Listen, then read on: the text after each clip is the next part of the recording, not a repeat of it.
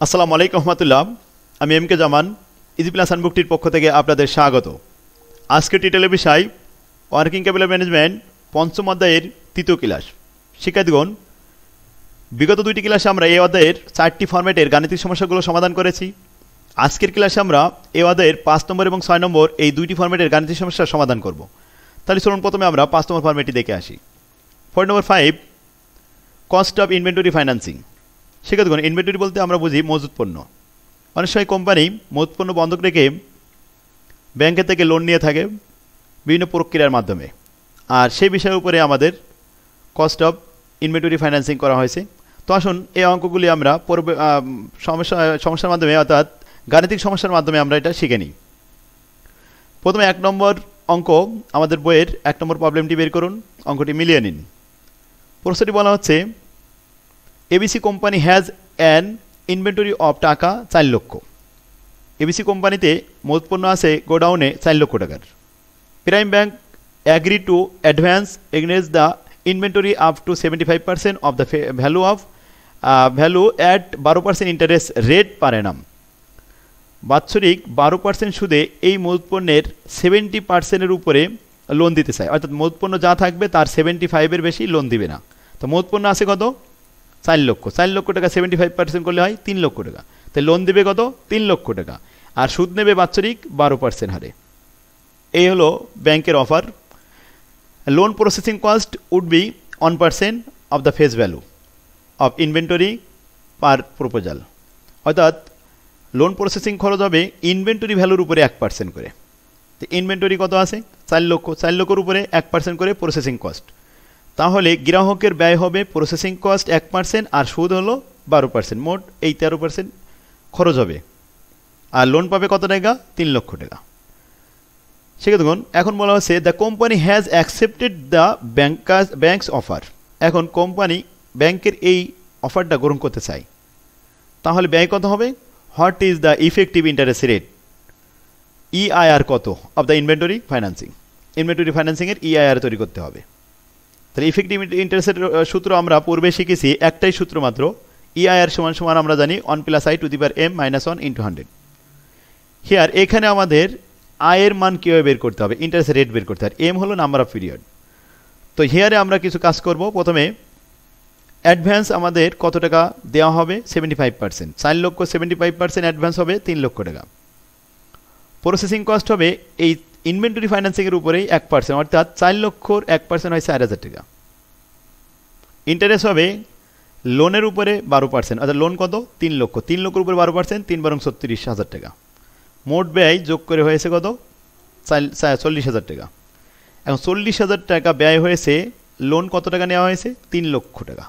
3 লক্ষ টাকা দ্বারা 40,000কে ভাগ করলে আসে 0.133, এটা হলো আয়ের মান। আর নাম্বার অফ পিরিয়ড সর্বদা এখানে 1, কারণ এখানে বছরে একবারই বলা হয়েছে। তো নাম্বার অফ পিরিয়ড হলো এম এর মান 1। এবার আসুন সূত্রে মানটা বসিয়ে পাই। 1 + i, আয়ের মান 0.133 টু দি পাওয়ার 1 - 1 × 100। ক্যালকুলেশন করে আমরা পেয়েছি 13.33%। এই ছিল আমাদের কস্ট অফ ইনভেন্টরি ফাইন্যান্সিং। প্রত্যেকটা অঙ্ক একই রকম। সেক্ষেত্রে আজকে আপনাদের এই 5 নম্বর ফরম্যাটের অঙ্কটাই হোমওয়ার্ক দেওয়া হলো। এবার আসুন 6 নম্বর ফরম্যাটে চলে যাই। 6 নম্বর ফরম্যাটটির অঙ্ক হলো মিক্সড বেসিস, অর্থাৎ বিগত যে 5টা ফরম্যাটে অঙ্ক আমরা শিখেছি, এই 5টা ফরম্যাটের অঙ্ক যদি একত্রে একটা অঙ্কের মধ্যে দেওয়া হয় তাহলে সেটা হবে মিক্সড বেসিস। আর এই ধরনের অঙ্ক পরীক্ষা আসে 10 মার্কের জন্য। এটা বেশি এসেছে এই পর্যন্ত ভর্তি হারে। তো এই ফরম্যাটে অঙ্কগুলি আপনারা একটু মনোযোগ সহকারে শুনবেন, যে আমরা যে 5টা ফরম্যাট ইতিপূর্বে শিখেছি, কোন অঙ্কটি, কোন অপশনটি কোন ফরম্যাটের, সেটা কীভাবে বাছাই করতে হয়। দেখুন প্রশ্নটা আমরা পড়ি ভালো করে। প্রথমে আমাদের বইয়ের প্রবলেম নাম্বার 1, এটা আপনারা মিলিয়ে নেবেন। আজকে আপনারা এই ফরম্যাটে অঙ্কগুলো সব সমাধান করবেন। দেখুন প্রশ্ন বলা হচ্ছে আলফা লিমিটেড নিড, তাদের প্রয়োজন 80,000 টাকা to meet working capital requirement. It has 3 alternative source of financing. এই 80,000 টাকা অর্থ আনয়নের জন্য তাদের সোর্স আছে কয়টা? 3টা। কোন অল্টারনেটিভ তারা গ্রহণ করবে সেটা আমাদের দেখতে হবে। যেখানে ব্যয় কম সেটা গ্রহণ করবে। প্রথমে 1 নম্বর, 2 নম্বর, 3 নম্বর 3টে অল্টারনেটিভ দেওয়া হয়েছে। আমরা প্রথমে 1 নম্বরটা পড়ব, দেখি কি বলা হয়েছে। দ্য কোম্পানি ক্যান বাই 1 লক্ষ টাকা of material on terms of 3/30 n/90। সেক্ষেত্রে দেখুন যখনই দেখবেন যে টার্ম দেওয়া হয়েছে, শর্ত দেওয়া হয়েছে 2/10 n/30, 3/30 n/90 এই ধরনের কথা, তখন আপনি বুঝতে পারবেন এটা কস্ট অফ ট্রেড ক্রেডিট। তখন এই 1 লাখ কি 2 লাখ এই টাকার কোনো প্রয়োজন নেই, শুধুমাত্র আমাদের এইটুক দরকার যে ডিসকাউন্ট রেট কত, ক্রেডিট পিরিয়ড কতদিন, আর ডিসকাউন্ট পিরিয়ড কতদিন। এই তিনটা জিনিস হলে আমাদের কেটিসি বের করা সম্ভব। তাহলে 1 নম্বর ফরম্যাটের থেকে এটা নেওয়া হয়েছে 1 নম্বর অল্টারনেটিভ। 2 নম্বর প্রশ্ন alternative number 2, a bank will lend taka 1 lakh at 13% interest rate with 20% compensating balance requirement. শিক্ষার্থীগণ এটা হলো কেবিএল অর্থাৎ cost of bank loan. Cost of bank loan 3 number format থেকে বলা হয়েছে। তবে কোন বেসিস? এটা কালেক্ট বেসিস। কারণ যদি ডিসকাউন্ট বেসিস হতো তাহলে এখানে বলা থাকতো ইন্টারেস্ট ডিডাক্ট ইন অ্যাডভান্স, কিন্তু এই ধরনের কথা বলা নেই, তাই আমরা এটা কালেক্ট বেসিসে সূত্র বসাবো। ইনস্টলমেন্ট বেসিস হলে অবশ্যই ইনস্টলমেন্ট বলা থাকতো, মান্থলি, কোয়ার্টারলি, হাফ ইয়ারলি। আর রিভলভিং ক্রেডিট হলে অবশ্যই রিভলভিং বলা থাকতো। তাহলে আশা করি আপনারা বুঝতে পারছেন প্রশ্নটা পড়ে। তাই এটা হলো কস্ট অফ ব্যাংক লোন তৈরি করব। 3 নম্বর অল্টারনেটিভে আসেন, a factor will buy company the account receivable taka 1 লক্ষ পার মান্থ, প্রতি মাসে 1 লক্ষ টাকা করে অ্যাকাউন্ট রিসিভেবল ভাঙানো হবে, অ্যাকাউন্ট রিসিভেবল হয় পার মান্থ, মানে প্রতি মাসে 1 লক্ষ টাকা। And will balance at 12% interest per Anam up to 80%। 80% হচ্ছে অ্যাডভান্স করবে আর 20% রিজার্ভ থাকবে of the face value. Average collection period 60 days. সেক্ষেত্রে আমরা জানি 60 ডেইজে হয় 2 মাস। তাহলে এভারেজ অ্যাকাউন্ট রিসিভেবল হবে 2 মাসে কত? 1 লক্ষ আর 1 লক্ষ 2 লক্ষ টাকা। যেহেতু পার মান্থ অ্যাকাউন্ট রিসিভেবল কত? 1 লক্ষ, তাই 2 মাসে হবে 2 লক্ষ টাকা। আচ্ছা, টার্ম ওভার হবে কত? 360 অর্থাৎ 360 দিনে হলো বছর। তাহলে 60 দ্বারা ভাগ করলে 636, এখানে আমাদের 6টা টাইম হবে আর 6টা পিরিয়ড হবে। The factor will charge 2% commission. তাহলে ফ্যাক্টরিং করলে আমাদের ব্যাংক ফ্যাক্টরিং চার্জ কাটবে কত percent? 2%। It has been estimated that the factor service will save the company account receivable administrative cost 1000 টাকা পার মান্থ। প্রতি মাসে অ্যাডমিন খরচ সেভ হবে যদি আমরা ফ্যাক্টরিং করে নিই কত? 1000 টাকা। তাহলে 2 মাসে কত হবে? 2000 টাকা সেভ হবে। And 1% bad debt loss. আর ব্যাড ডেট লস আমাদের সেভ হবে কত পার্সেন্ট? 1%। তাহলে এভারেজ অ্যাকাউন্ট রিসিভেবল যে 2 লাখ হবে, সেই 2 লাখের উপরে 1% ব্যাড ডেট লস সেভ হবে। তো এই প্রশ্নটা পড়ে আমরা কি বুঝলাম? এটা হলো অ্যাকাউন্ট রিসিভেবল ফ্যাক্টরিং, অর্থাৎ অ্যাকাউন্ট রিসিভেবল থেকে এটা নেওয়া হয়েছে। এখন 3টা অল্টারনেটিভ আমরা 3টা সূত্র দিয়ে এপিআর নির্ণয় করব। অ্যানুয়াল পার্সেন্টেজ রেট তৈরি করে যেটা আমাদের ছোট হবে সেইটা আমাদের অ্যাকসেপ্ট করতে হবে। রিকোয়ারমেন্ট বলা হচ্ছে which alternative should the company choice করবে, কোনটা চয়েস করা উচিত। তাহলে 3টা অল্টারনেটিভে প্রথমে আমরা আসি 1 নম্বর অল্টারনেটিভে কেটিসি তৈরি করলাম। Carry discount rate divide by 100 minus carry discount rate into 360 divide by credit period minus discount period into 100। Here এখানে ডিসকাউন্ট রেট 3%, ডিসকাউন্ট পিরিয়ড 30 দিন, ক্রেডিট পিরিয়ড 90 দিন। আমরা মানগুলো বসিয়ে এখানে পোস্টিং দেওয়া হলো এবং ক্যালকুলেশন করা হলো 18.56%। এটাই অ্যান্সার। ঠিক আছে, দেখুন এরপর আসুন 2 নম্বর অল্টারনেটিভ। এটা হলো ব্যাংক লোন কালেক্ট বেসিসের ছোট একটা সূত্র। তো যেহেতু এখানে 20% কম্পেনসেটিং আছে, গ্যারান্টেড লোন থেকে কম্পেনসেটিং বাদ দিতে হবে। তো আসুন আমরা এটা লিখলাম। উই নো দ্যাট, আমরা জানি KBL cost of bank loan APR system অনুযায়ী interest divide by guaranteed loan minus compensating balance into 100। হেয়ারে আমরা মানগুলো বসিয়ে এখানে লিখলাম গ্যারান্টেড লোন 1 লাখ টাকা, কম্পেনসেটিং ব্যালেন্স 20%, ইন্টারেস্ট অ্যামাউন্ট 13% করে 13,000 টাকা। মানগুলো বসিয়ে ক্যালকুলেশন করলাম 16.25%। 3 নম্বর আমরা পড়ে দেখেছি এটা অ্যাকাউন্ট রিসিভেবল ফ্যাক্টরিংয়ের সূত্র। তো আমরা আসি প্রথমে ফ্যাক্টরিং করতে গেলে আমাদের 3টি ওয়ার্কিং করতে হয় এবং 2টি ছক করে আমাদের টোটাল কস্ট বের করে নিতে হবে, অ্যাডভান্স রিসিভ বের করে নিতে হবে, তারপরে আমাদের এপিআর করতে হবে। তাহলে আসুন প্রথমে আমরা শুরু করি 3 নম্বরে অ্যাকাউন্ট রিসিভেবল টার্ন ওভার 60 দিন পর পর। এখানে আমাদের বলা আছে অ্যাকাউন্ট এভারেজ কত? 60 দিন। তাহলে 360কে 60 দ্বারা ভাগ করলে 6 টাইমস। আমরা পূর্বেই শিখেছি যে অ্যাকাউন্ট রিসিভেবল ফ্যাক্টরিং করতে হলে অবশ্যই 3টা ওয়ার্কিং প্রথমে করে নিতে হয়। তাহলে অ্যাকাউন্ট রিসিভেবল টার্ন ওভার করলাম, এভারেজ অ্যাকাউন্ট রিসিভেবল করলাম। এভারেজ অ্যাকাউন্ট রিসিভেবল 1 লক্ষ ইন্টু 1 লক্ষকে আমরা প্রথমে দেখা যাচ্ছে 12 মাস দিয়ে গুণ করলাম, 1 বছরে মোট টোটালে আসলো 12 লক্ষ ডিভাইড বাই 6, এতে আসে কত? 2 লক্ষ টাকা। 2 লক্ষ হলো average account receivable. Periodical interest rate 12% ভাগ 6 টাইম ভাগ করলে আসলো কত 2%। এগুলো আমাদের ওয়ার্কিং। এবার আসুন calculation of advance receivable. Advance আমরা কত পাবো রিসিভ, তাহলে এভারেজ অ্যাকাউন্ট রিসিভেবল 2 লক্ষ, 80% দিয়ে অ্যাডভান্স করে তাহলে রিজার্ভ কত 20%। ঠিক আছে, দেখুন এই 20% কোথায় পেলাম আমরা একটু দেখে আসি প্রশ্নটা। এর বলেছে 80% অ্যাডভান্স, তাহলে 20% অবশ্যই রিজার্ভ থাকবে। তো 20% আগে আমাদের রিজার্ভটা সরাই দিতে হবে এখান থেকে, তাহলে বাদ দেওয়ার পরে 1,60,000। এরপরে আসুন ফ্যাক্টরিং কস্ট, ফেস ভ্যালুর উপরে অর্থাৎ এভারেজের উপরে 2% ফ্যাক্টরিং কস্ট, এটা বাদ দেওয়ার পরে আর আমরা পাই কত 1,56,000। এরপরে আবার পিরিয়ডিক্যাল ইন্টারেস্ট বাদ দিতে হবে। পিরিয়ডিক্যাল ইন্টারেস্ট কত 2%, 1,56,000 উপরে 2% হয় 3,120 টাকা। এতে আমাদের বাদ দেওয়ার পরে থাকে 1,52,880 টাকা। এটাই হলো net periodical advance receive. Next item factoring cost কত টাকা হয় দেখতে হবে। তাহলে ওয়ার্কিং নাম্বার 5 চলে এলাম। পিরিয়ডিক্যাল ইন্টারেস্ট কত 3,120 টাকা, আর ফ্যাক্টরিং কস্ট পিরিয়ডিক্যাল হচ্ছে 4,000 টাকা, মোট হলো 7,220 টাকা। 7,120 থেকে এবার বাদ দিতে হবে ব্যাড ডেট লস। এই ব্যাড ডেটটা আমাদের সেভ হয়েছিল কত 2,000 উপরে 1% করে। আর অ্যাডমিনিস্ট্রেটিভ প্রতি মাসে 1,000, 2 মাসে 2,000 টাকা সেভ, তাহলে 2,000 4,000 টাকা বাদ দিলাম 7,120 থেকে, তাহলে থাকলো আমাদের পিরিয়ডিক্যাল কস্ট 3,120 টাকা। এটা কয়টা পিরিয়ড ছিল বছরে 6টা পিরিয়ড। ওয়ার্কিং আমরা দেখেছি 6টা পিরিয়ড দিয়ে গুণ করলাম 18,720 টাকা annual factoring cost. Annual factoring cost মোট ব্যয় হয় 18,720। এতে আমাদের অ্যাডভান্স রিসিভ আসে 1,52,880। তো আমরা টোটাল কস্ট 18,720কে ভাগ করিলাম পিরিয়ডিক্যাল অ্যাডভান্স রিসিভ 1,52,880 দ্বারা এবং 100 দ্বারা গুণ করিলাম, পার্সেন্টেজ বেরোলো 12.24%। ঠিক আছে, দেখুন এই 3টা পার্সেন্ট এখানে 12.24, আরেকটা হয়েছে এখানে 16.25, আরেকটা বের হয়েছে 18.56। এই 3টা অল্টারনেটিভ আমরা লিখলাম এখানে।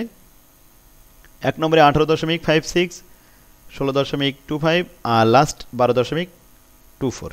সব থেকে কম খরচ হয়েছে 3 নম্বর অল্টারনেটিভ 12.24। এটাই বেস্ট অল্টারনেটিভ। কমেন্টে আমরা জানি যা এখানে লিখে দিলাম দ্য কোম্পানি শুড দ্য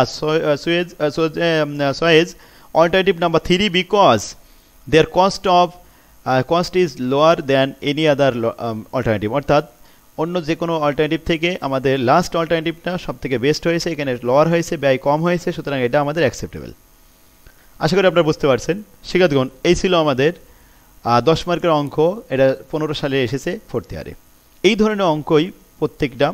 তো দেখুন এর পরবর্তী অঙ্ক এটা আপনারা পারবেন। 2 নম্বর অঙ্ক, এখানে 3টে অল্টারনেটিভ আছে, এটা হোমওয়ার্ক থাকলো আপনাদের। আর এরপরে আসুন 3 নাম্বার, এটা 3টে অল্টারনেটিভ বলা হয়েছে।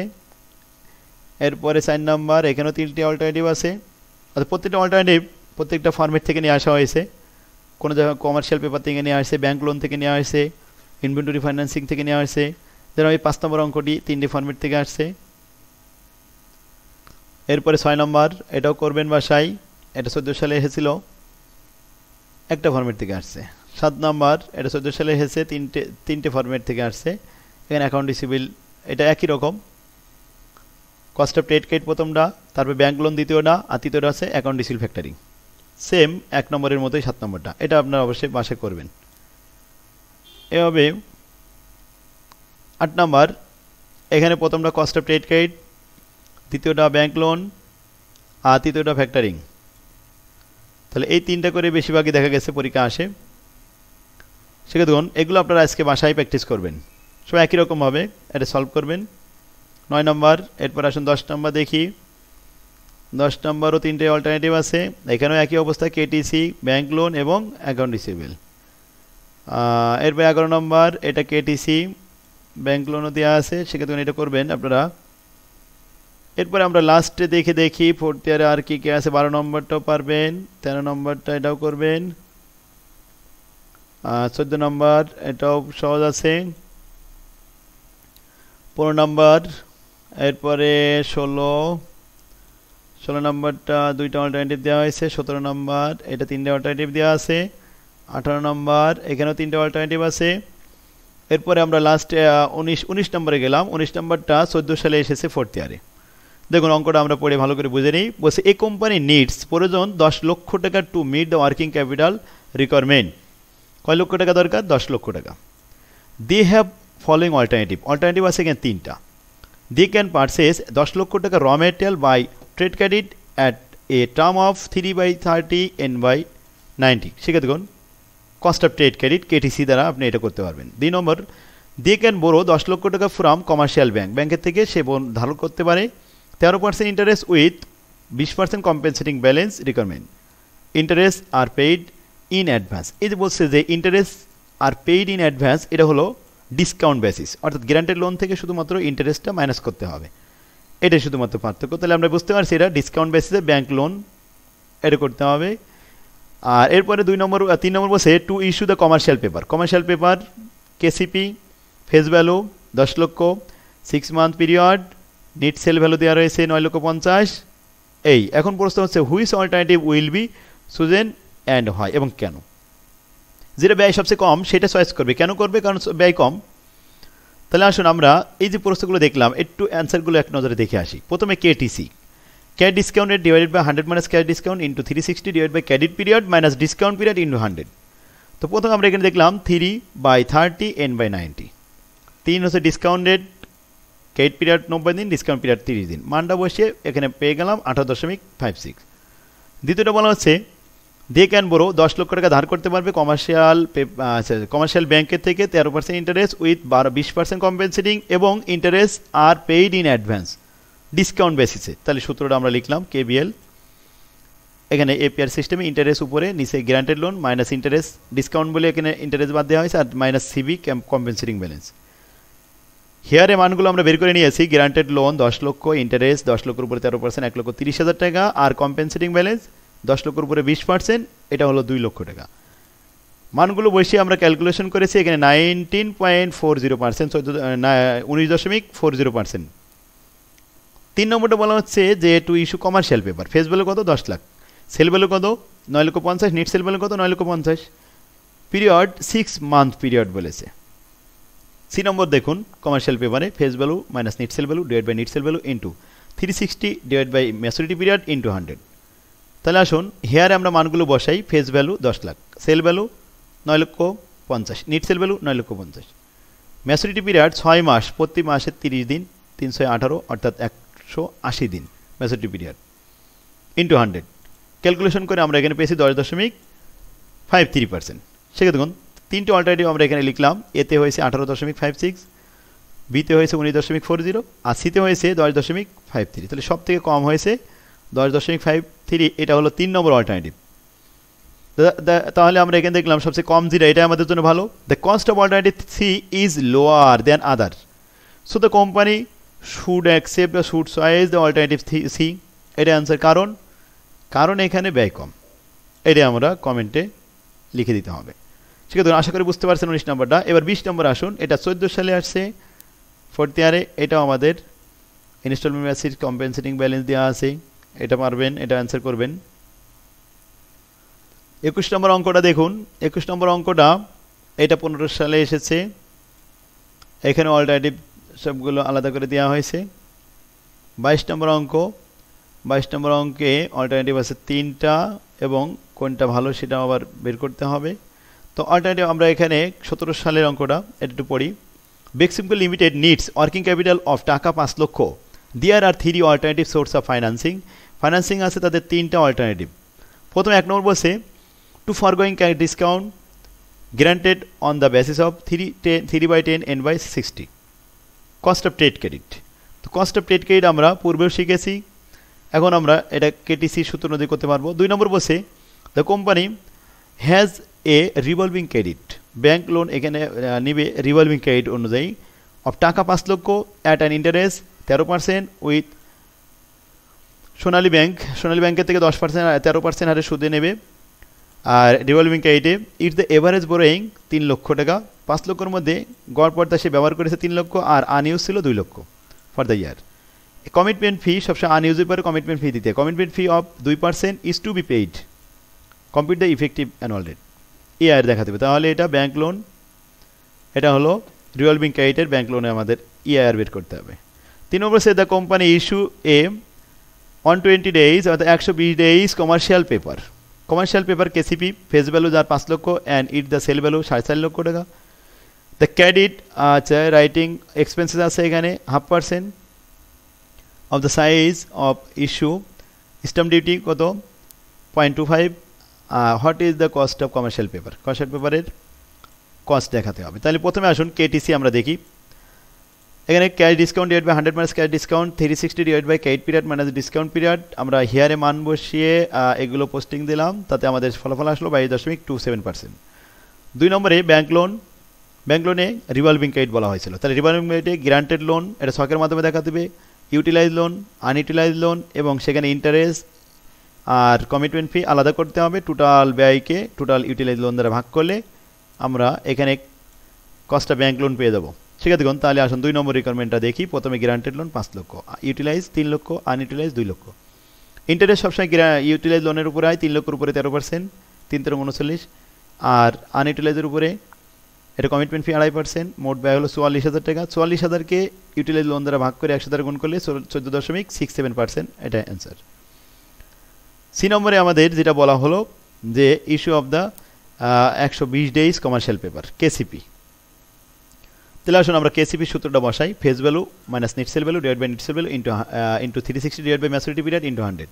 ফেস ভ্যালু 5 লক্ষ, সেল ভ্যালু 4.5 লক্ষ আর ফ্যাক্টরিং কস্ট 5 লক্ষের উপরে 0.75%, এটা আসলো। আর নেট সেল ভ্যালু এখান থেকে বাদ দিতে হবে, অর্থাৎ এখানে সেল ভ্যালু ছিল 4,50,000 থেকে 3750 বাদ দিলে net sale value 4,46,250, maturity period 120 দিন। আমরা মানটা বসে ক্যালকুলেশন করে পেলাম 36.13%, এটা। ঠিক আছে, তাহলে আমাদের কোনটা সব থেকে ভালো দেখা গেল যে এটা হয়েছে 36% আর বিতে হয়েছে 14%, 14 আর এটা হয়েছে 22%। সব থেকে ছোটো এই বি নম্বর অল্টারনেটিভ, এটাই কোম্পানির জন্য ভালো। The company should choice alternative B because their APR is lower than any other alternative, so accept this alternative। ঠিক আছে, দেখুন তাহলে আজকে আমরা এই 5 নম্বর অধ্যায়ের যে সমস্ত অঙ্কগুলি করলাম, এই অঙ্কগুলি প্রথমে 5টা ফরম্যাটে আলোচনা 6টা ফরম্যাটে আলোচনা করলাম আলাদা আলাদাভাবে। আর এগুলো আশা করি আপনারা সবাই বুঝতে পারছেন। তাহলে আপনারা যখন ভিডিওটা দেখবেন অবশ্যই আমার লেখা হ্যান্ডনোটটা বের করে অঙ্কগুলো প্র্যাকটিস করবেন, তাহলে দেখবেন খুব সহজে ইনশাল্লাহ 1 থেকে 2 দিনের মধ্যে আপনি এই অধ্যায়টা শেষ করতে পারবেন। এভাবে যদি আমরা প্রতিদিন একটা একটা করে ফরম্যাট ক্লাস দেখি, আর একই ক্লাস দরকার হলে প্রয়োজনে আপনি 2-3 বার দেখবেন এবং প্র্যাকটিস করবেন। আর কোনো সমস্যা হলে আমাকে ফোন দিবেন, আমি সেভাবে আপনাদেরকে হেল্প করবো ইনশাল্লাহ। তো এভাবে আপনারা প্র্যাকটিস করেন, তাহলে আশা করি ইনশাল্লাহ আপনাদের জন্য A+ পাওয়া খুবই সহজ হবে। আর ছাত্রদের জন্য আমি যতটুকু যেভাবে পারি সহজে উপস্থাপন করার চেষ্টা করছি ইনশাল্লাহ। তো আপনারা আমাকে সহযোগিতা করুন। আর আপনারা বিশেষ করে বাইরের সাধারণ বইগুলো ওগুলো সহজভাবে লেখা থাকে না, যার কারণে আপনাদের কষ্ট হয়। এই জন্য আপনাদের কথা চিন্তা করে আমি হ্যান্ডনোটগুলো সহজ উপায়ে সুন্দরভাবে গোছায় লিখে দিয়েছি। আর থিওরিগুলো অনেক সুন্দর করে ফরম্যাট আকারে লিখেছি সহজ ভাষা দিয়ে। তো আপনারা থিওরিগুলোও দেখবেন। ব্রিফ কোয়েশ্চেনগুলো সুন্দরভাবে গোছানো আছে, বোর্ড প্রশ্ন, সাজেশন উইথ সলিউশন সব কিছু দেওয়া আছে। তো আপনারা আমার সাথেই থাকুন আর আপনারা আমাকে সহযোগিতা করুন। আপনার যদি উপকার হয়ে থাকে তাহলে আপনাদের বন্ধুদেরকেও একটু শেয়ার করে দিবেন ভিডিওগুলো। আর চ্যানেলটা সাবস্ক্রাইব করে রাখবেন নতুন নতুন ভিডিও পাওয়ার জন্য। শিখে দেখুন। তাহলে আজকে আমাদের ক্লাস এখানে শেষ হলো। আল্লাহ হাফেজ, আসসালামু আলাইকুম রহমতুল্লাহ।